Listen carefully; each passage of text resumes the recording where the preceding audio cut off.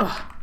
Okay, hi everybody. I'm here to gab my sab, to fucking yap my trap, and to slay my boots. So we're starting today with a fun little question, a fun little icebreaker, if you will. Did you poop today? I did. I know that's right. I did go ahead and poop today several times. Okay, moving forward. I have been on my creative bullshit. I have been on my stuff in my business. Not my business, but my creativity. And let me tell you more about that. Moving back to slide 1, you may have noticed the phrase, "Did you poop today?" That is going to be featured right here on the zine that I made, "Did You Poop Today?" And so this was inspired by Fairy Astronaut, one of the bands that I am representing. More on that later. And basically it tells the story of a humble feller. It's actually not a story at all. It's like, do you have to poop? Like, pooping is slay. Pooping's very cool. And it's okay, we all poop. And don't be shy. Drop a deuce. So anyways, I made those so that we could sell them as band merchandise.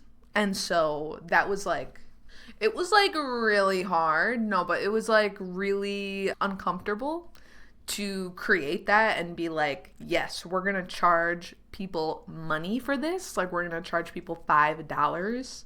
Apparently that's common pricing in the zine space, $2 to $5. And because it was artist merch, it felt like we could go on the high end of that because it's inspired and connected to the artist. It's a means to support the band.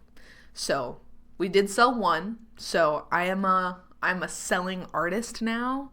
I've sold my soul. And so in addition to selling my soul, I have also been painting this suitcase that's behind me. So let me pull it up. So here's this suitcase. I am painting it like a galaxy. This is also for Fairy Astronaut, so I'm going to paint it like spacey galaxy vibes. And it's what they put their merch in. It's what we put our merch in. Go team, am I right?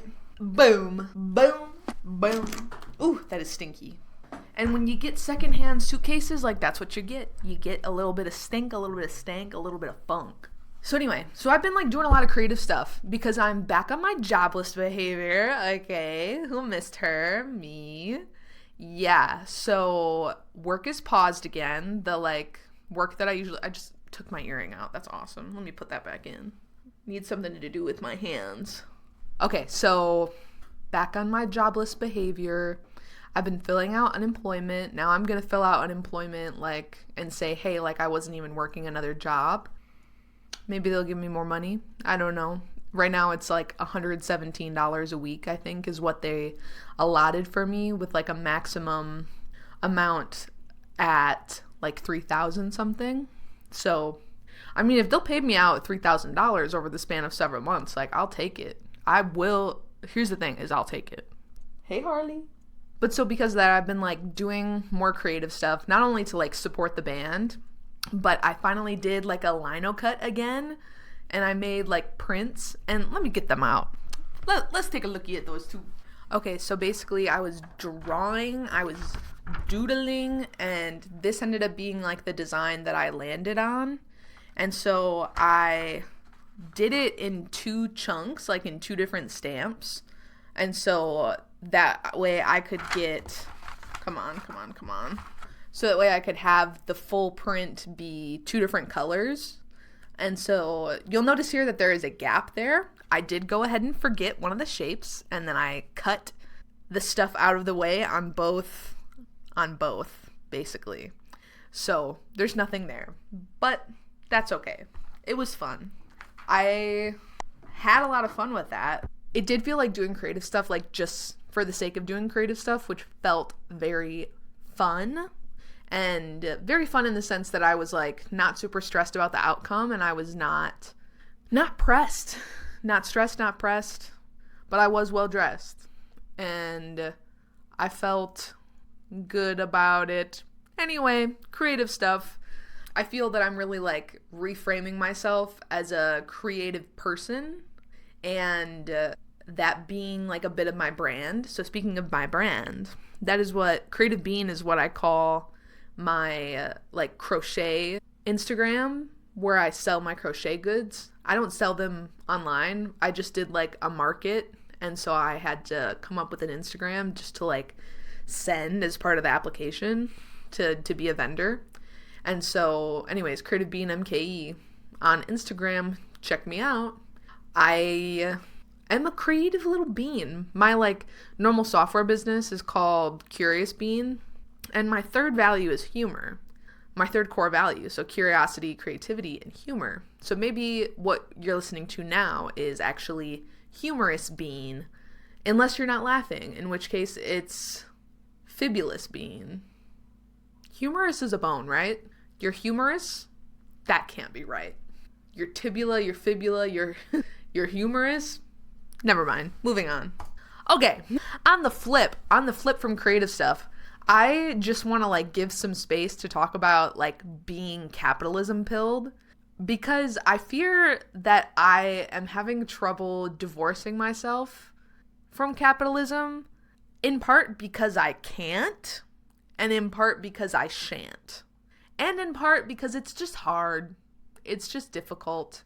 Basically, like what prompted me putting this was me thinking again about like being in Europe and being like the only American in a group of like a dozen people. And my friend was like, girl, you are always trying to like talk about business, or like the business of an idea, or the business of whatever.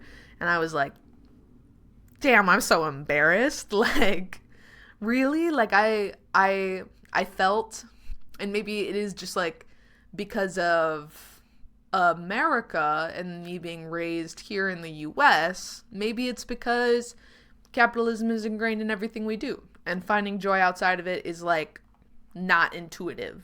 I just feel also that I cannot like stop thinking about the things I do in terms of how to make money. So like doing little creative stuff is always like in the context of making money. Like I had crochet as just like a hobby where I was giving people stuff, and I really, really liked that. But then I went and did the vendor booth, and then it was like, oh, I can sell this. Oh, okay, now my like time is worth like a dollar amount.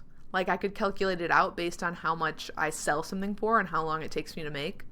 And on the high end of that was like $30 an hour. And that is nothing to sneeze at, don't get me wrong, but I think that was a bit of an optimistic calculation for how long it takes me to make like a mushroom.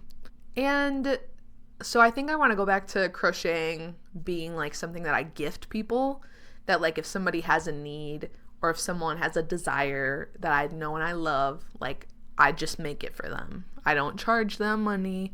I just make it. And so that's a good little realization.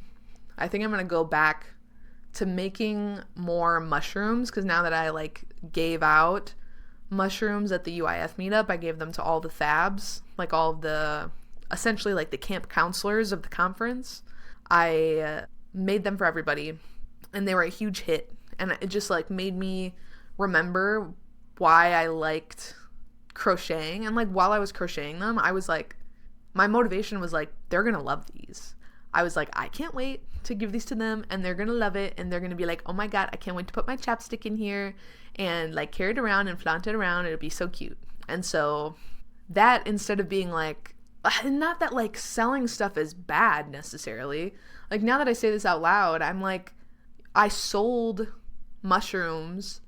Don't clip that out of context. I sold crocheted mushrooms. No drug dealing happening here in my crib.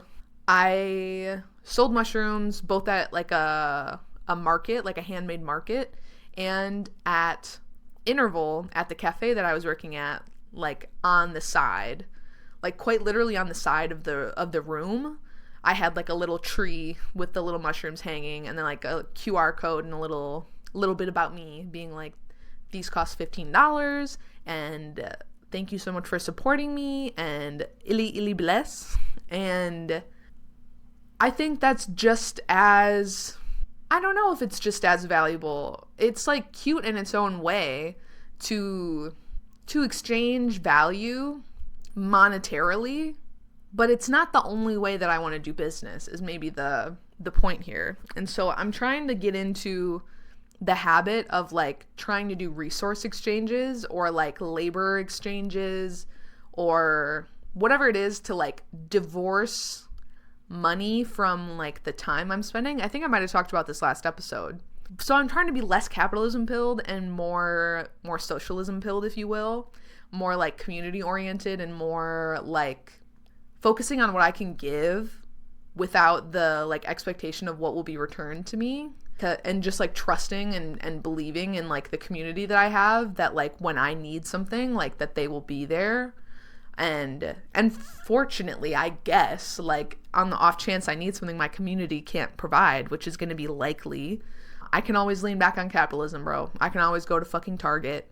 I was about to say, even though I don't want to, but like the consumer that I am, and that I like I'm also having trouble divorcing myself from, who just like wants to get things and own things and like loves to browse and like consider bringing things into my life.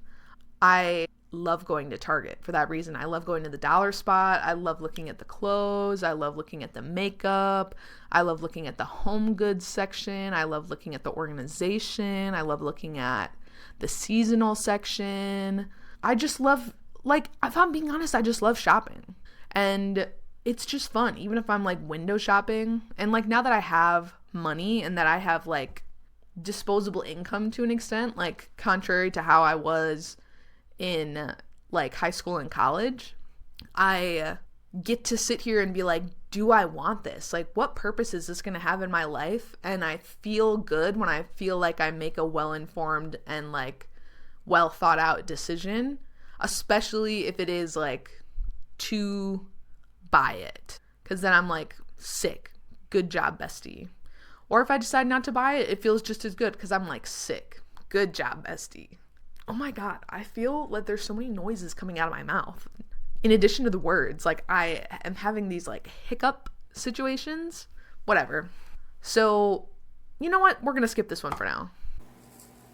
What's up? Okay, I'm here to say that this episode is brought to us by my friends Adrian and Sarah for being the ones who really put me on to this like resource sharing mentality, and just have like really been so slay and so pivotal in building my understanding of the world around me and just slaying left, right, and center. You guys rock. Thank you for contributing to my life. Speaking of bringing things into my life, I was reintroduced to the idea of minimalism today, talking to somebody at Venture, talking to somebody at the cafe that my friend works at now, and they were talking about how like minimalism, it has like really changed their life, and how they like downsized their living space and blah blah blah blah blah. And I was like, oh my God, remember when I discovered minimalism like in college when I was like 20, and I was like, oh my God, have you guys seen Matt Diavella on YouTube? Like, what? I remember like I feel that I was already going through like bouts of like binging and purging, if you will, where I would like get a lot of stuff and then I would be like, I need to get rid of stuff. So like the idea of purging my belongings was like far from new, but putting words to this process of like, or the, not even the process, but like the mentality of keeping things in your life with intentionality, and not just like keeping stuff for fear of getting rid of it, not just keeping stuff because like you think other people will be upset if you don't keep it, or because you're like using it to hold on to like a version of yourself that doesn't exist anymore, that you like don't want to be anymore. And yeah. And so I feel that I'm still kind of a minimalist in the way that I like intentionally keep things in my life. But that being said, like my office, for example, is extremely maximalist. Like I have art on every single wall in spades. I have makeup that I don't use on a regular basis. I have so much yarn. I have so much yarn. And I have stuff, like, and I have a bin of stuff at the top of my closet that is my, like, infrequently accessed stuff, but it's, like, stuff I don't want to get rid of because it does come in handy sometimes. And I have, like, whittled that box up and down, back and forth, left and right, Nintendo, me espresso. And I just, like, I have a lot of stuff, but I do think that it's all chosen. And so I'm, like, blending minimalism and maximalism because, like, I feel that having, like, an absence of art or, like, artistic supplies or, like, creative supplies or creative inspiration just sucks. This is editing me in here to say that I think that this is in conflict with minimalism, the, like, desire to have creative inspiration, because I think it's in conflict with minimalism because in coupling with, like, sustainability or what have you, there is, like, a nature of saving things to be that, or, like, getting things and acquiring them with, like, the hope and potential that you might use them. And that's kind of true of any kind of inspiration you bring into your life, is, like, you don't know for sure that it's going to have, like, a sustained feeling of inspiration. And so this is all to say that I think collecting inspiration is inherently, like, unminimalistic.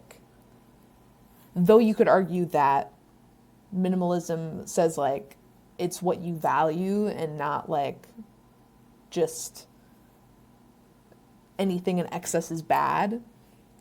And so anyway, that's our deep dive on minimalism. Back to me talking about having an absence of that in my actual space. Like, when my walls were gray in here, oh, bitch, I hated it. I hated the gray. I could, like, my whole house was painted gray because that's what the people who, like, flipped this house did. They painted every single room gray. And, oh, my fucking God, I hate it. Thankfully, we've gotten rid of it in the common spaces, like the kitchen and the living room and in my office. But, like, the bathroom is still gray, our bedroom is still gray, the basement is still gray. And anyway, there's art on the walls in all of those spaces. But, like, there's just something about, like, drabness that, like, just brings the mood down. It's just nasty. And so, for me, I feel that minimalism does not impede me from having, like, character in my space. Like, I also feel that in the stuff that I've kept and the stuff that I bring in, it is, like, establishing like a theme, or, like, it's establishing values, it's establishing a tone or a vibe, if you will, so that, like, when people come in my house, they, like, feel that, so that when I'm sitting in my house, I feel that. And if I didn't have, like, art on my walls, then I would feel naked and empty. It would feel like a green wall, which is, like, nothing wrong with green, but it would just be a lot. Like, walls are big. They're fucking big. Gotta put some stuff in there. So yeah. So every now and then I think about, like, getting rid of large amounts of stuff. And I do. And I had a garage sale recently. So, like, life update, garage sale. It was really, really cute. Because I got barely any traffic throughout the day, but I did sell some of my clothes, which was huge. And most notably, I sold some clothes to this younger girl and her mom that lived down the street, and they were going through my stuff, and she was like, "Oh, you would love that. Like, don't you just love t-shirts?" Like, oh my God, it was so cute. Because it made me feel so good to be like, I have stuff that is, like, going to a loving home and is, like, creatively inspiring this other person, right? So, like, I don't know. I was just all in my feels about it. It was really, really sweet. And especially after having, like, they came in, like, as I was starting to pack up. And so I was, like, committed to the idea that I was only going to have sold, like, $10 worth of stuff. And they brought me up to $35. So it all comes back to money. Money, money, money, money, money. and they helped me minimize my shit and my stuff. Talking about this all out loud has me like looking around my office, and I'm like, do I really need that? Do we need that? So I guess we'll see next week if I do some creative purging and get some stuff out of here. I was also talking earlier about like having money now and how that changes the way that I like move through the world. I've been thinking about this a lot recently because I started playing kickball with some friends who I used to work with at the cafe. And the other people who are playing kickball are also like people from industry, from like the service industry. And I feel like, so the cafe I worked at closed famously, right? And so much people were like, what are you doing now? Like, what cafe are you working at? Or what are you doing? And I am like, yo, I actually have a second job, which is now my only job again. And we're barely working with that. But I like have a software job, and that is what like mostly pays my bills. And then as soon as I start talking about like other aspects of like having more disposable income or more like financial privilege, I feel like I'm flaunting my wealth. Like I feel like it's like read the room. Like you're with people who are like probably living paycheck to paycheck. And is it fair for me to assume that about the people that I'm with? Like probably not. But I also feel like I would be insensitive to sit here and be like, la la. And I just, this is okay. Let me tell you a situation where I felt insensitive. I was talking about paying for my fucking yoga membership, which is $110 a month. Disgusting.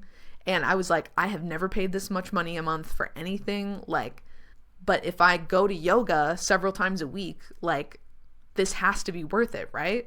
But I was like, I don't know where I'm going to pull $110 out of. I like am either going to have to make it work or I'm going to have to cancel the membership. But as I was telling this to somebody, they were like, I could have been projecting. And let me tell you, I do that all the time. But I was like, I thought that they were like, oh my God, they were like $100 a month. Like, holy shit. Like, I can't even like fathom paying that much for something like unnecessary.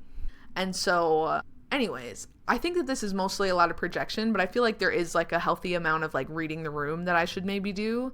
But on the flip side, I was thinking like, I have nothing to be ashamed about having more money. Like I carry a lot of shame, obviously, that is kind of my bread and butter, but like realistically, I have no business like being ashamed of like ascending class, because I just like I did, I guess, like if I have a rags to riches story, which is like a hyperbole, but if I like didn't come from wealth, is it okay for me to flaunt it now that I have it? Like, is it in good taste or is it in poor taste?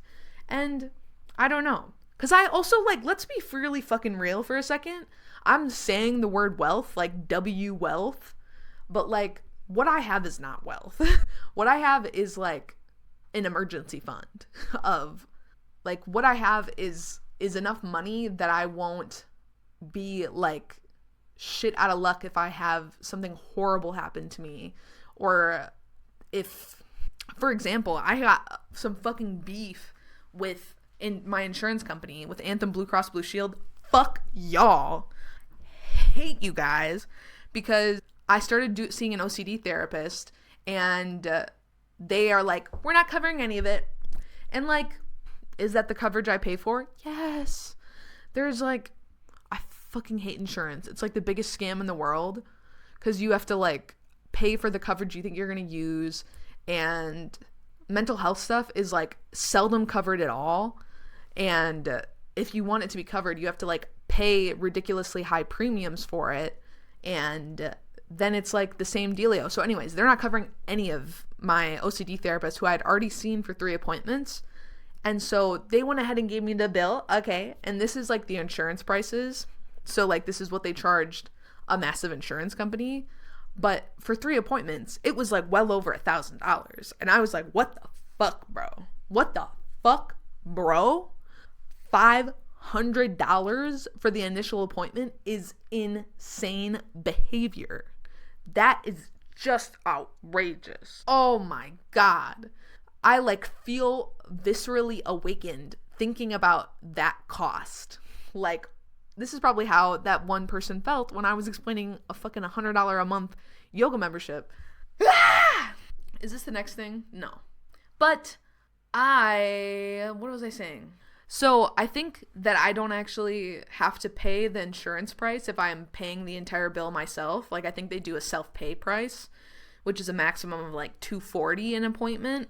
And so $240 times 3 is still, $720. Like, that is a lot of money, but that is certainly less than $1,000 or $1,100 or $1,200, whatever it was going to be. Oh, it gives me chills.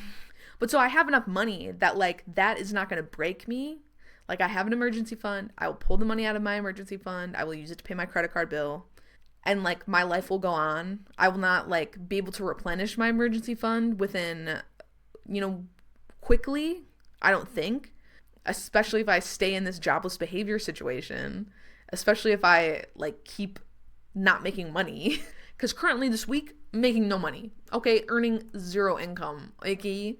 So that makes me a little nervous. But that being said, so I'm sitting here downplaying my income, but like I recognize that I have like financial safety and financial security that so many people lack. Like, having an emergency fund goes crazy. It's not something that is like accessible to people who are living paycheck to paycheck. Like, some girlies can't save because they're just living.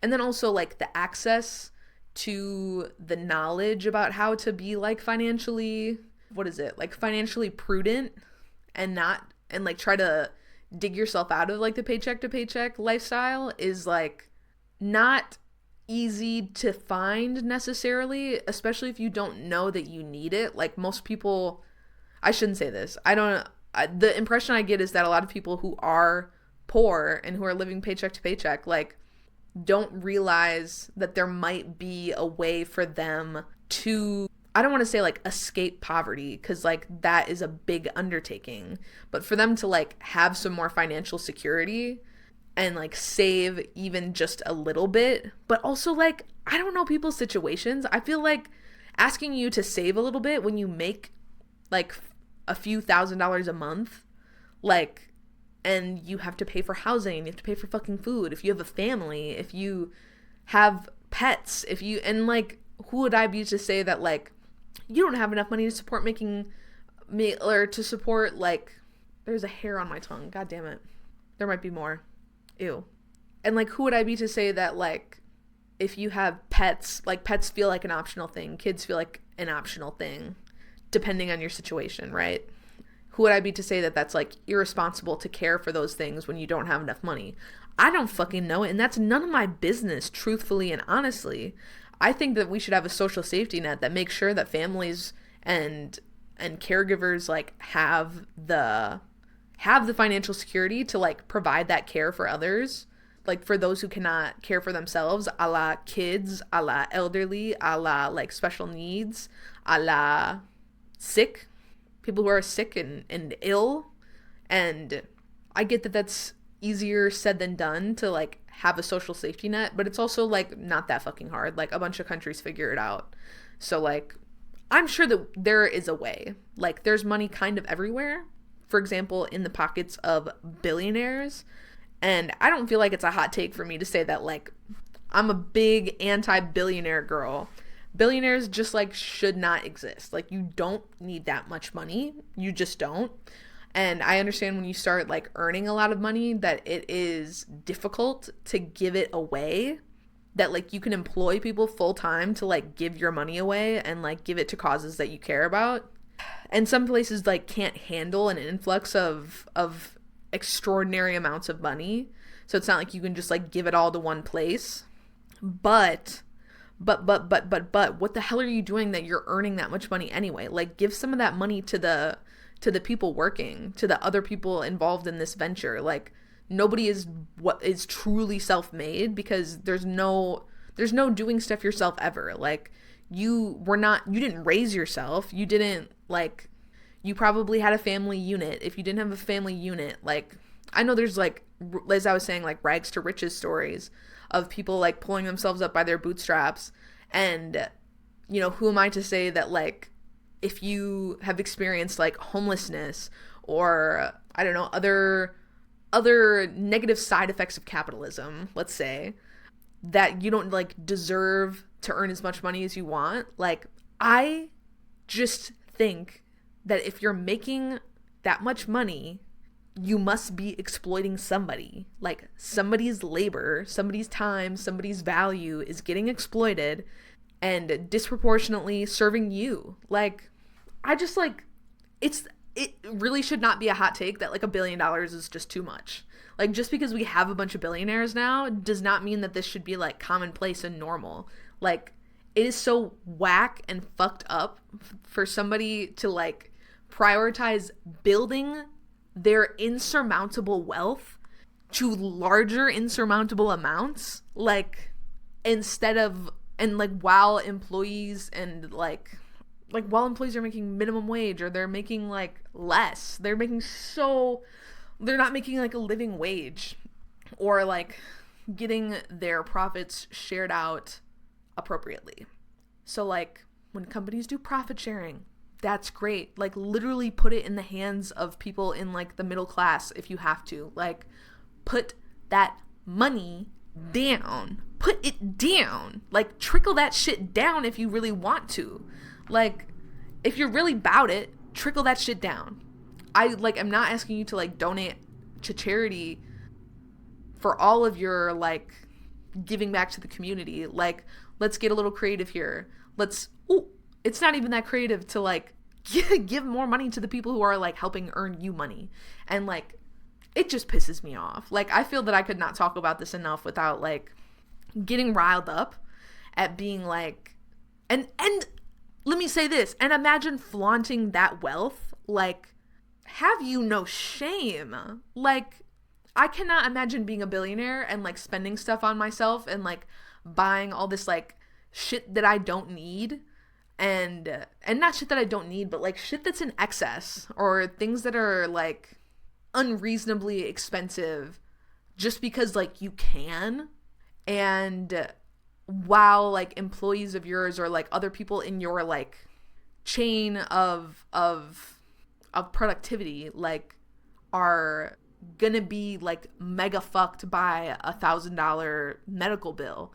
Like, people who don't have emergency funds. Like, how about you instill emergency funds for all your employees? Like, straight up be like, I'm gonna make all of y'all an account with like however much, like 3 months salary of yours, and that is your emergency fund. Boom. Anyway, speaking of ascending class, I want to talk about why and how. And I actually don't want to talk about how at all. What I want to talk about is my experience like being in college. And you know what? I'm actually gonna, what's up, gang? We are back. So I'm here to talk about my experience aging, basically.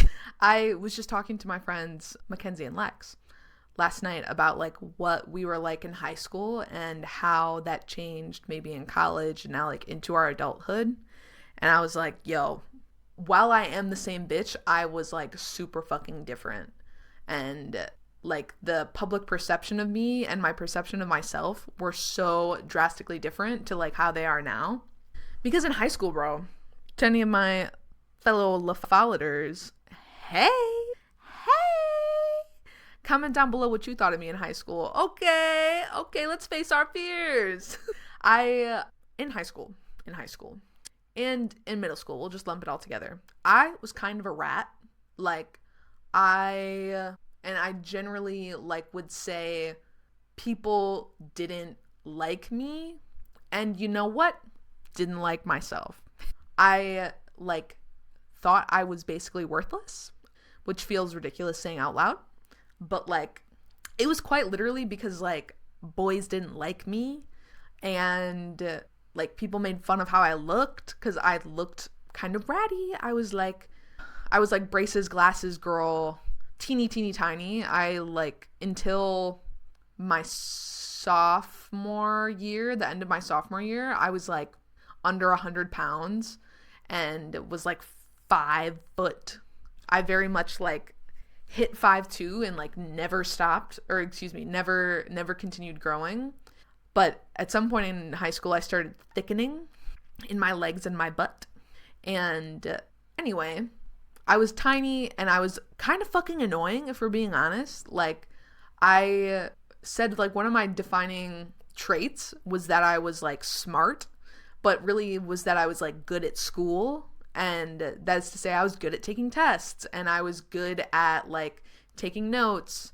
And if I took notes in class, then I didn't have to study. And I never studied in high school. Like, I would maybe like look over previous quizzes or something, and like maybe what I would study for was like the like language arts type stuff, like English courses where we had to like read a book or something. But honestly, like I like truly have no memory of studying. I feel that I have extensive memory of like completely winging it. And I was especially good at math classes because it was like I learned the recipe, bro, and then I execute the recipe. Like, it did not feel like creative work. It was like problem solving to an extent, but especially in like high school level math, like it was not like a lot of applied stuff. It was a lot of like like we're doing differentials,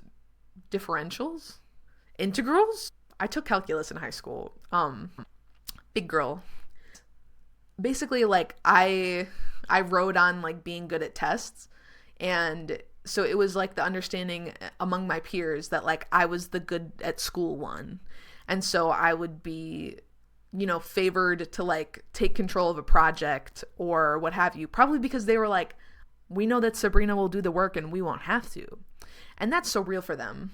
I also like, I feel that I was either not talking at all, like social anxiety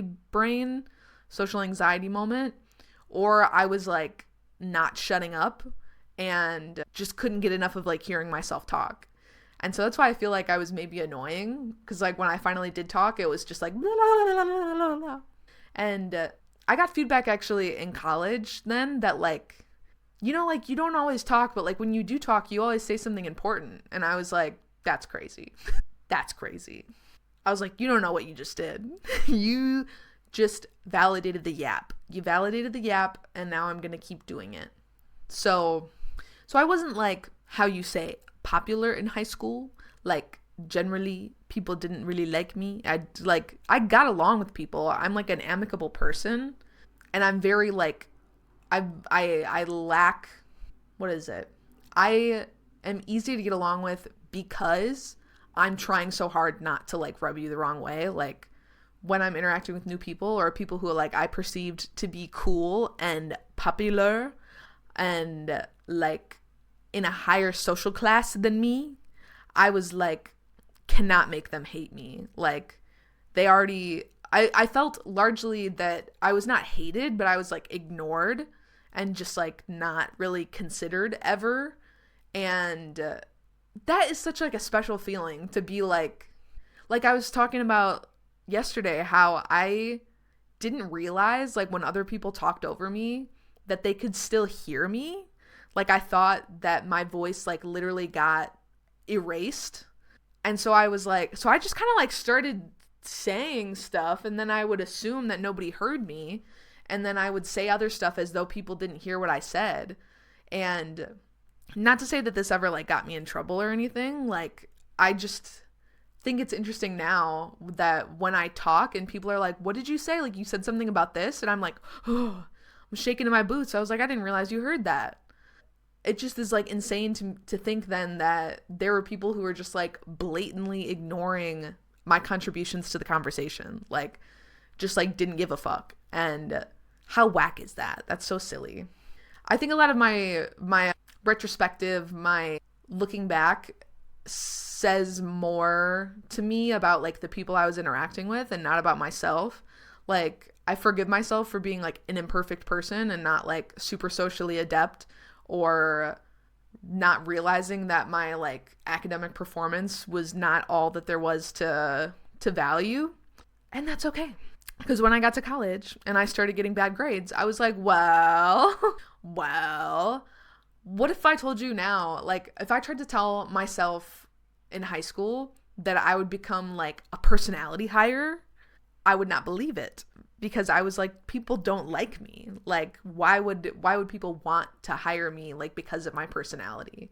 I was like, my friends tolerate me. Like, I don't know what value I'm giving them. Like, I truly was like, this is maybe OCD thinking, or like just the unhelpful thought patterns. That's like kind of all or nothing thinking. But I was like, at any time, if I like have a bad interaction with one of my friends, like, they're going to drop me. And so I need to be cool all the time. I need to be like amicable all the time. And I mean, abandonment issues much, like the calls coming from inside the house. But yeah, in college, somehow I like turned into a more like confident and forward version of myself. I don't know what was up with that. I don't know how I made like the hard pivot. I think it had to do with being in, just being around new people in general, like, and then people who only knew me, you know, like, as the adult that I was. I mean, as the kid, right? I was like 18 when I went to college, but they didn't know me as like the little ratty, like 90-pound, annoying, braces looking ass kid. And I kind of glowed up. Like, as I went through college, I like kind of glowed up, if we're being honest, like physically speaking. Like, I stopped looking like a child. That's a big dub. And then, I don't know, I turned hot. Like, if I'm being honest, I'm a little cutie patootie now. And so that, in addition to like being a woman at an engineering school where there are like, it's like a 3-to-1 ratio of men to women, it's fair to say I got attention. And I wasn't used to that, right? I was used to people ignoring me. And then all of a sudden, people are like paying attention to me because I am funny. Like, I think I started to really like realize my worth in some ways very, very early on the journey. Like, I wasn't consciously thinking like, I'm so slay, but I was like, people are drawn to me, or people like having me around, and they bring me back. And so I'm like hanging out with people. I'm hanging out with people on my floor. I'm hanging out with people from my friend's floor. I'm hanging out and I'm like making all these new friends, and all of us are here in this environment making new friends. And I think it was just like a ripe environment for me to discover myself. And it was still like a long process of like becoming confident in who I was, but especially like as like a funny person, because when did I talked about this in a previous episode, but there was a fucking guy. Hey, fucking guy, if you're watching this, fuck you for making this fuck ass comment, but saying that like, I don't think women are funny. Like, I name one woman that's funny. And that is just, again, speaking more to his accolades, or his worth as a person, if I'm being honest. Like, if you're not acknowledging that like other human beings are human beings, like, what are you lacking, brother? Get help. But yeah, so I didn't like think that I was funny. I was just like, I like making people smile. I like making people laugh. But I didn't like think of myself as a comedian, or as someone who could flaunt that characteristic. But now I'm like fully believing that I'm funny, and funny enough that I'm making this silly little podcast, and having like a personality that is like desirable to work with, because that also was then demonstrated to me in like my internships. And you know what, you could say it was echoed by my like in my youth, by being called like a pleasure to have in class. And like, Sabrina's really good at like her scores are good. She seems to understand the material, but she talks a lot and she's distracting other students, and nobody fucking clocked this, but she had ADHD and didn't know like how to work with that, besides like having the moments of laser focus, like during a test or when like engaging in an activity. Like, I don't know, I didn't have the same kind of like issues focusing as long as like my brain was engaged on something. But then I was like very much a teacher's pet. Like, I was the first bitch to raise my hand. I won't talk about my childhood self like a bitch. I was the first little kid. I was the first little kiddo to raise my hand and answer questions, because that's I guess how I engaged. So this all said, I framed this like I peaked in college because I just think that's funny to think about. I think I'm peaking now. Like, I think my peak has yet to come, if we're being honest. And I thought it would never come when I was in high school. So, like, when I was in high school, I thought I was gonna marry my boyfriend and like hang around in Madison, and had no clue what I was gonna do for work. I was like working at Noodles and Company at the time, and was like gonna go to school and then do something, and then we're gonna get an apartment and we're gonna have kids or something. Ooh, scary. Okay, we're gonna get into life updates after the break. What's up, team? This ad break is brought to you by my Apple wired headphones, traditional 3.5mm aux. Yes. Okay, and the fact that these have like an onboard mic, and I don't have one clue how it works, bro. There's no hole or like,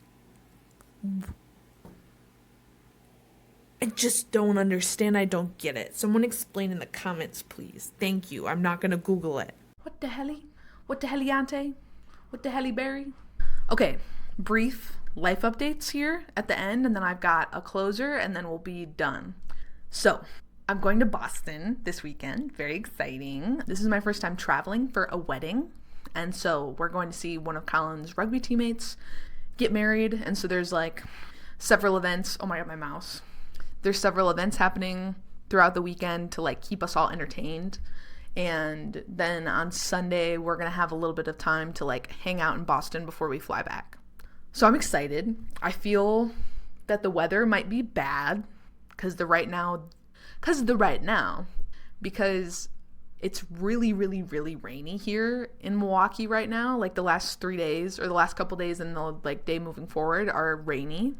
Flop, flop, flop, flop, flop. Hate. It's also cold. It's like in the 40s right now, which is just like so cruel after getting up to 80 degrees. Like, sometimes I wish that like the weather were a more gradual transition between winter to summer and summer to winter. But unfortunately, it is like a bunch of up and down and here and there and back and forth. And like, here's a warm day and then here's rainy. So anyway, complaints about weather aside, this is water cooler talk. I'm going to Boston. That's going to be really fun. And then I mentioned that I'm like jobless again. We'll see when my founder replies to my email. And maybe I'll have more work next week. But until then, the other kind of life update thing I want to talk about is the whole music management thing. So I'm managing artists. And it turns out this is kind of a lot. Like, I expected it to be work, but like, it just amazes me like how much time I think I could put into this. Like, I am doing some work for it this week in my jobless stint again, and I'm like, god damn, like I could just keep hammering away at this like organization stuff. So I'm gonna try to like, I mean, especially with like doing this podcast in addition to doing that, it's giving me stuff to like arbitrarily constrain my time so that I have to make the most out of it. But I'm just like, wow, I could pour hours into this between doing like just project management stuff, like determining what work needs to be done and when, and then like figuring out who's available to do it and who has like the expertise and who blah, blah, blah, blah, blah, blah, blah. But then like executing on the stuff like booking and social media and like forward looking, executing the vision. It's just a lot. And so that is to say I'm still very much having fun with this. And my two duos are like moving at a bit of a different pace. Like one is going like balls to the wall right now, and the other is like slowly ramping up. And so that said, stream Cytoplasm by Fairy Astronaut on May 30th. That's when it drops. Gonna be fire, gonna be a hit, gonna be a bop, about to go viral. So get into that. Lastly, I have an addendum to the shit I'm saying from last episode, and it's a fun little story. So I was working at Interval, right? And I had brought up let me back up. I was working at Interval, right? And so we get like some new baristas coming through the pipeline, and I am working with one of them, and we're still in the kind of like getting to know each other phase, but we've worked like a few shifts together, and we were doing something, and I was like, best of luck, like, you know, see ya. And she was like, as Yosh says, Yosh is one of our coworkers, as Yosh says, diva speed. And I was like, ooh, girl, do I have news for you? That's mine. Not mine that no one can have it, but I came up with that, and I told that to Yosh, and that's why Yosh says it.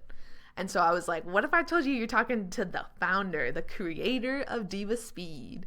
And so that was just very fun to be like, as Yosh says. And I was like, no, as Sab says. Like, give me my flowers. Thank you. The other addendum to this is that I was saying there it is. First of all, I want to give credit to the there it is phrase to my friend Mackenzie of Fairy Astronaut fame. And the reality is as well that I have been saying, there you go, instead of there it is. Like when people make a concluding statement, I'm like, there you go. There it is. There you go. There it is. And so sometimes I use them in tandem. And I don't have any additional shit I'm saying to add at this time. That's it. That's it. Thank you for tuning in to another episode. Appreciate you so much. Please drop a comment and like the video to favor it in the algorithm. Gab with Sabernauts, Sabotage Crew, rise up, and I'll see you in the next episode. Sab out.